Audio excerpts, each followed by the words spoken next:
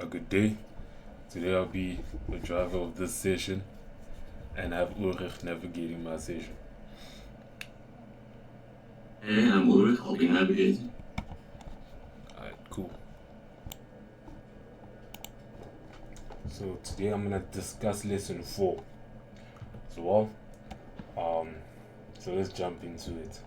So lesson 4, it's about creating a server, right?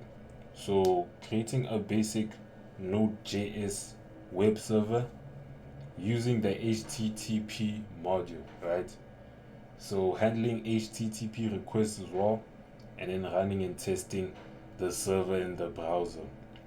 So what is a web server? A web server is a software that responds to requests from users' browsers, right? So it follows the HTTP protocol, which defines how data is sent and received on the web. So, first step in initializing or in basically building the server is to first create the project, right? So, in order to create the project, um, basically running npm init, right? So, over here, I ran npm init. As we know, it basically creates the package.json file, and this package.json file basically manages the project that we're building.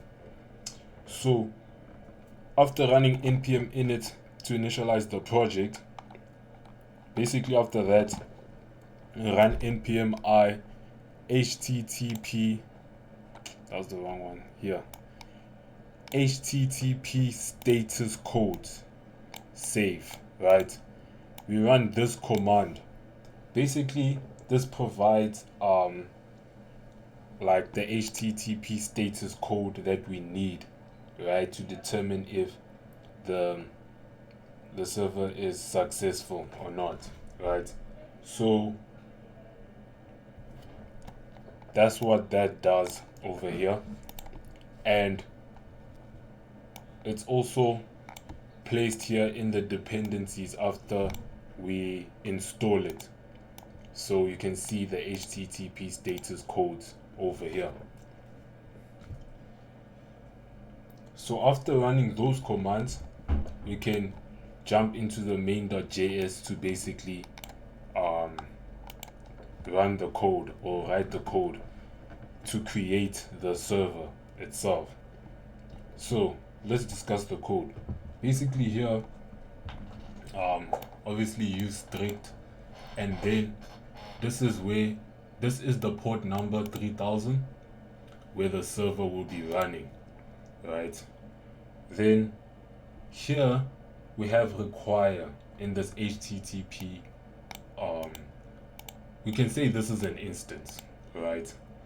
And require is basically importing the HTTP module. You know, HTTP module is already built within Node.js. Reason we importing it is we need the HTTP module to create the server itself. So we also use require, while within HTTPS status variable, we use require to import the HTTP status codes, right? So we need the status code model to basically see the status code for the server. Then over here is basically where we create the server itself, right? And then also this create server function basically initializes this instance for the HTTP.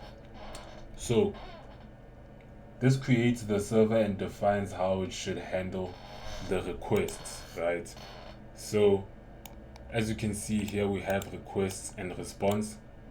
So like basically when a user accesses a page, a request is made, and there's also a specific response that is there in the front end. that response will basically usually refer to this over here, hello universe. So a callback function is made, and within it we logging received an incoming request over here. So this is the function to create the server itself. Then over here we have response write head. This basically sends a response header with a status code. So because we imported the status codes, right, we can basically send a response header with a specific status code. And then it also, what it does is it also sets the content type to HTML, right, so that the HTML is displayed in the front end. So that's what that does. It also creates sets the content type as well. Then we have this variable, right? This is still within this function here. Well, no, actually not. Yeah. We have this variable here, let response message.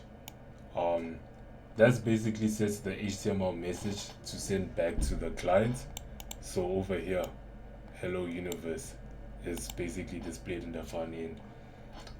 Then this write function basically just writes the message, and then this ends the response. Then console.log is used to log the response message over here, right, so we can know that the response was made. Then app.listen port, this is basically telling the server to listen for requests on this port here, which is 3000, and then it just logs the server has started and is listening on port number 3000 to indicate that the server is up and running. So mainly here it's about create server, which basically creates the server in itself, and it creates this instance over here. So after that, when I run node main.js, I will receive this over here in the terminal. The server has started and is listening on port number 3000, and it will basically show the response that was sent, which is hello universe over here. And when I open that in the browser, you can see that the server is up and running, and basically the application is there. So over here, hello universe on the server, or on the ports 3000 over here. Cool. So that's a summary of lesson 4.